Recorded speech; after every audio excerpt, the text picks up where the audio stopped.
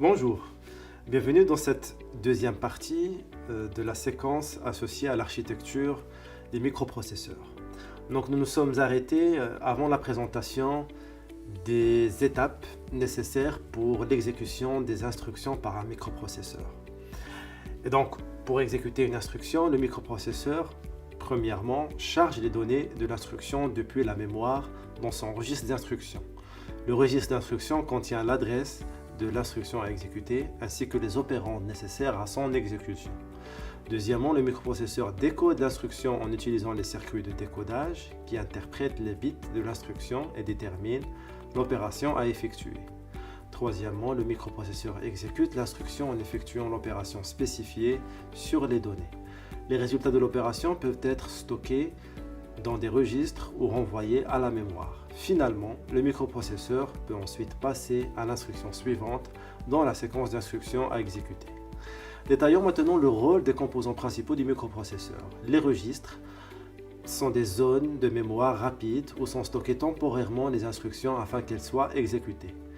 Nous avons également la mémoire cache, qui est une mémoire rapide qui réduit les délais d'attente des informations stockées en mémoire vive, et l'unité d'instruction qui lie les données qui arrivent et les achemine vers l'unité de contrôle. Cette unité de contrôle comprend le séquenceur qui synchronise l'exécution des instructions au rythme de l'horloge, du compteur ordinal et du registre d'instructions qui contient toutes les instructions. Ensuite, l'unité de calcul accomplit les tâches reçues par l'unité d'instruction. L'unité de calcul comprend la UAL pour unité arithmétique et logique qui assure les calculs basiques de l'arithmétique ainsi que les opérations logiques. Le FPU pour Floating Point Unit effectue les opérations complexes à virgule que l'UAL ne peut opérer. C'est pour cela qu'il nécessite généralement une unité matérielle spécialisée. Le registre d'état sauvegarde l'état du système, le registre accumulateur stocke les résultats des opérations arithmétiques et logiques, et l'unité de gestion des entrées-sorties gère les flux d'informations d'entrée-sortie en interface avec la mémoire vive. Dans le dernier bulletin du cabinet d'études IC Insights, on apprend que 5 fournisseurs mondiaux de microprocesseurs se partagent 86% du marché en 2021. En tête, nous trouvons bien sûr l'entreprise Intel qui accapare 50,9% de part de marché avec 52 milliards de dollars. D'ici quelques années, les transistors seront tellement petits qu'on commencera à se heurter à une limite physique et aux effets de la mécanique quantique qui viendront perturber le fonctionnement des transistors. Ainsi, il viendra le jour où la loi de Moore que nous avons vue ne sera plus d'actualité. Cependant, les chercheurs, et heureusement qu'ils sont là, travaillent pour remédier à ce problème.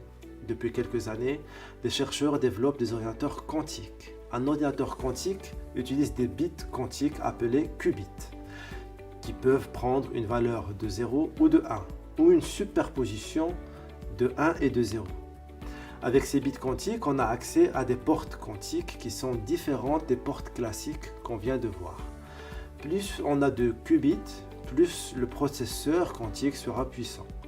Récemment, Google a présenté Sycamore, son ordinateur quantique doté de 54 qubits.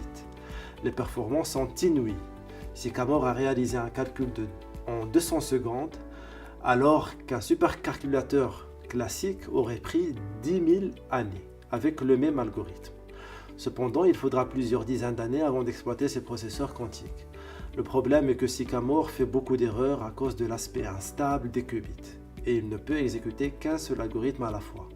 Autant dire qu'il reste beaucoup à faire dans le domaine des ordinateurs quantiques.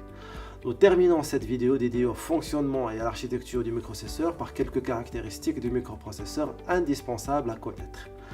L'horloge d'un microprocesseur, appelée également fréquence, est la vitesse à laquelle le microprocesseur d'un ordinateur effectue ses opérations.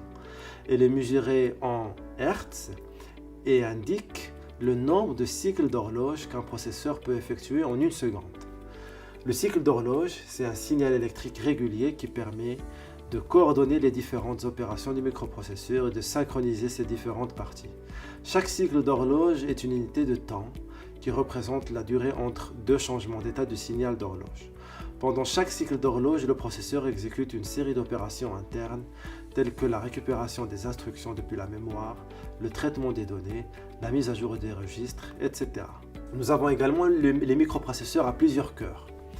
Un microprocesseur à plusieurs cœurs est un type de microprocesseur qui effectue plusieurs unités de traitement indépendantes, appelées cœurs, sur une seule puce. Chaque cœur fonctionne comme un microprocesseur autonome capable d'exécuter des instructions indépendamment des autres cœurs. Nous sommes arrivés à l'issue de cette deuxième partie de la séquence associée à l'architecture des microprocesseurs. Je vous remercie pour votre attention et vous donne rendez-vous pour la prochaine section de la séquence numéro 3. À très bientôt.